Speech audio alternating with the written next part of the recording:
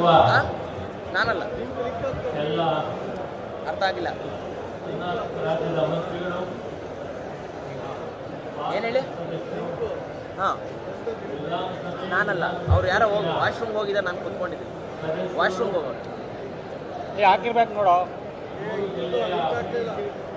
ಜಿಲ್ಲಾ ಕಾಂಗ್ರೆಸ್ ಅಧ್ಯಕ್ಷರು, ಹೌದಾ? ಪದಾಧಿಕಾರಿಗಳು, ಬ್ಲಾಕ್ ಕಾಂಗ್ರೆಸ್ ಅಧ್ಯಕ್ಷರು, ಪದಾಧಿಕಾರಿಗಳು, ಪಕ್ಷದ ಎಲ್ಲ ಕಾರ್ಯಕರ್ತರೇ, ಎಲ್ಲ ಅನುಕ್ರಮಗಳ ಪಾದಯಾತ್ರೆಗೆ ಹಾಕಿದ್ದು ಕಂಡ ರವಿ, ಮಾಧ್ಯಮ ಪಾದಯಾತ್ರೆಗೆ ಹಾಕಿದ್ದು 3 ದಿನ ನಮಗೆ ಈ ದಿನ ಬಿಜೆಪಿ ಅನೈತಿಕ ಸಂಬಂಧ ಅವರು ಒಂದು ಮೇಕೆದಾಟು ನೀರು ತರೋದಕ್ಕೆ ಹೋರಾಟ ಮಾಡ್ತೀವಿ, ಪಶ್ಚಿಮ ಘಟ್ಟಗಳಿಂದ ಬಯಲುಸೀಮೆಗೆ ನೀರು ತರೋದಕ್ಕೆ ಹೋರಾಟ ಮಾಡ್ತೀವಿ. ಇಂಥ ಒಂದು ಕಾರ್ಯಕ್ರಮಗಳನ್ನು ಮಾಡೋದಕ್ಕೆ ಹೋರಾಟ ಮಾಡಿದ್ದರೆ, ಪಾದಯಾತ್ರೆ ಮಾಡಿದ್ರೆ ನಾವು ಸ್ವಾಗತ ಮಾಡಬೇಕಾಗಿದೆ. ಕೇವಲ ಮೈಸೂರಲ್ಲಿ ಮೂಡಾರಲ್ಲಿ ಕೊಟ್ಟಿರುವ ಸಾವಿರಾರು ಜನರಿಗೆ ಸೈಟ್ ಕೊಟ್ಟಿದ್ದಾರೆ. ಬಿಜೆಪಿ ಇದ್ದ ಕೊಟ್ಟಿದ್ದಾರೆ, ದಳ ಇದ್ದ ಕೊಟ್ಟಿದ್ದಾರೆ, ಕಾಂಗ್ರೆಸ್ ಅಲ್ಲಿ ಇದ್ದ ಕೊಟ್ಟಿದ್ದಾರೆ. ಎಲ್ಲ ಜನರು ಕೂಡ ಯಾರು ಅರ್ಹರಿದ್ದಾರೆ ಅವರೆಲ್ಲರಿಗೂ ಕೂಡ ಸೈಟ್ ಸಿಕ್ಕಿರ್ತಾರೆ. ಆ ಒಂದು ಸೈಟ್ ವಿಷಯದಲ್ಲಿ ಒಂದು ದೊಡ್ಡ ಪಾದಯಾತ್ರೆ ಮಾಡ್ತಾ ಇದ್ದೀರಿ. ಬೆಟ್ಟವನ್ನು ಅಗದು ಇಲಿಯನ್ನ ಹಿಡಿಯುವಂತ ಕೆಲಸಕ್ಕೆ ನೀವು ಕೈ ಹಾಕಿದ್ದೀರಿ. ರಾಜಕೀಯದಲ್ಲಿ ಒಂದು ಜನಾದೇಶವನ್ನು ಪಡೆದಿರುವ ಪಕ್ಷ 136 ಸೀಟುಗಳನ್ನು ಪಡೆದಿದೆ. ಜನ ನಮಗೆ 5 ವರ್ಷ ಅವಕಾಶ ಮಾಡಿಕೊಟ್ಟಿದ್ದಾರೆ. ಒಳ್ಳೆಯ ಕಾರ್ಯಕ್ರಮಗಳನ್ನು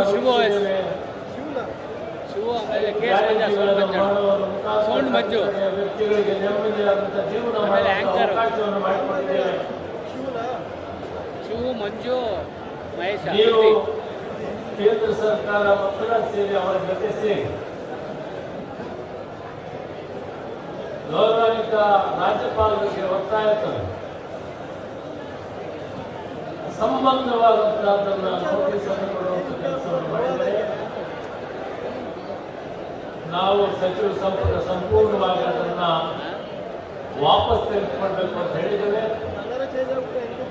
ಮತ್ತು ಗವರ್ನರ್ ಅವರ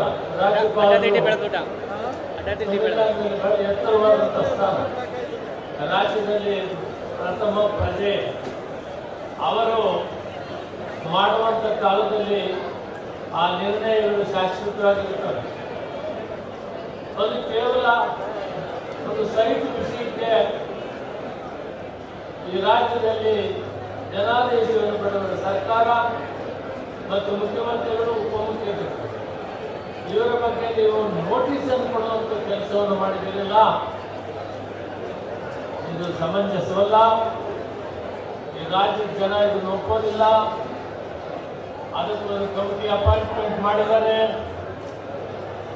ನ್ಯಾಯಾಧೀಶರ ತೀರ್ಪು ಬರ್ತದೆ, ಅದಕ್ಕೆ ಆ ತೀರ್ಪಕ್ಕೆ ಕಾಯಬೇಕಾಗಿದೆ. ಗೌರವಾನ್ವಿತ ರಾಜ್ಯಪಾಲರು ಈ ನೋಟಿಸ್ ಅನ್ನು ಕೊಡೋದಕ್ಕಿಂತ ಯೋಚನೆ ಮಾಡಬೇಕಾಗಿದೆ. ಕರ್ನಾಟಕ ಸರ್ಕಾರ ಇದರ ಬಗ್ಗೆ ಏನಾದರೂ ಒಂದು ಕಮಿಟಿ ಮಾಡಿದೆಯಾ, ಒಂದು ಆಯೋಗ ಮಾಡಿದೆಯಾ, ಏನಾದರೂ ಇದನ್ನ ಪರಿಶೀಲನೆ ಮಾಡೋದಕ್ಕೆ ಸಮಿತಿ ಮಾಡಿದೆಯಾ ಅಂತ ಯೋಚನೆ ಮಾಡಿದೆ.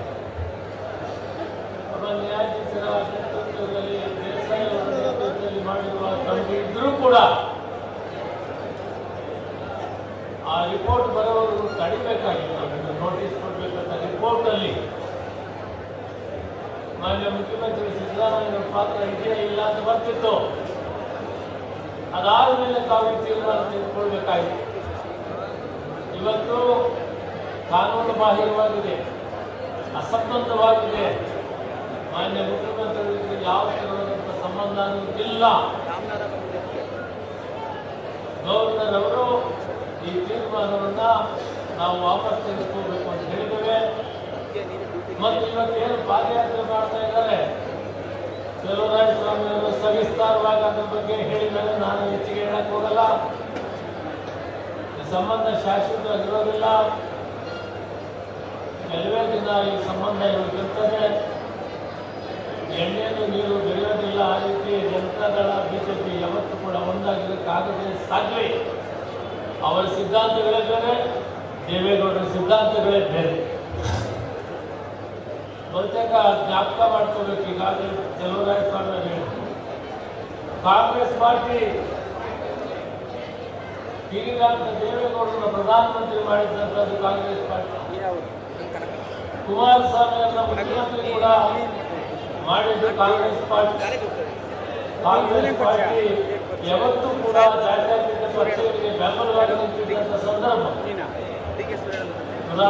ಯಾವ ಕಾರಣಕ್ಕೆ ನೀವು ಹೋಗಿ ಬಿಜೆಪಿ ಸೇರಿದ್ರು ಗೊತ್ತಿಲ್ಲ.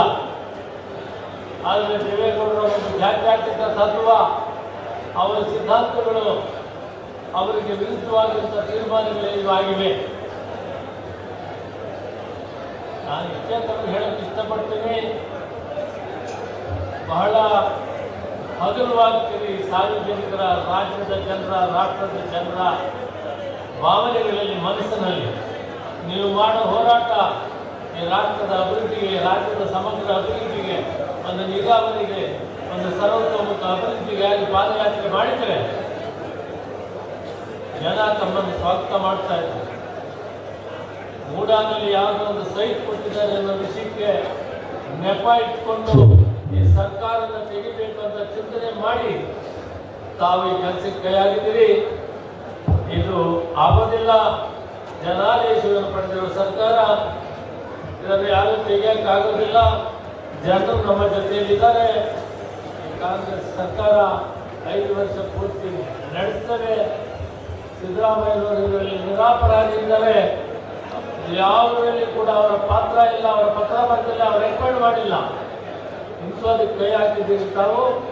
ದಯವಿಟ್ಟು ಈ ಕೆಲಸವನ್ನು ಕೈಬಿಟ್ಟು ತಾವು ಸಾರ್ವಜನಿಕರ ಹಿತದೃಷ್ಟಿಯಿಂದ ಏನಾದರೂ ಹೋರಾಟ ಮಾಡೋದಿದ್ರೆ ಮಾಡಿದರೆ ಅದು ನಿಮಗೆ ಸ್ವಾಗತ ಇರ್ತದೆ.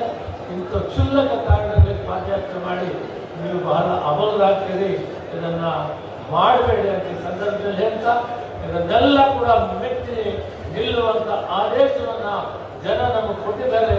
ಇದನ್ನು ಎಲ್ಲ ಮಟ್ಟದಲ್ಲೂ ನಾವು ಹೋರಾಟ ಮಾಡಲಿಕ್ಕೆ ಸಿದ್ಧವಾಗಿದ್ದೇವೆ. ಇದರಲ್ಲಿ ಏನೂ ತಿರುಗಿಲ್ಲ ಅನ್ನೋದನ್ನು ಹೇಳಿ ನನ್ನ ಮಾತು ವಿರಾಮ ಕೊಡ್ತೀನಿ. ಜೈ ಹಿಂದ್, ಜೈ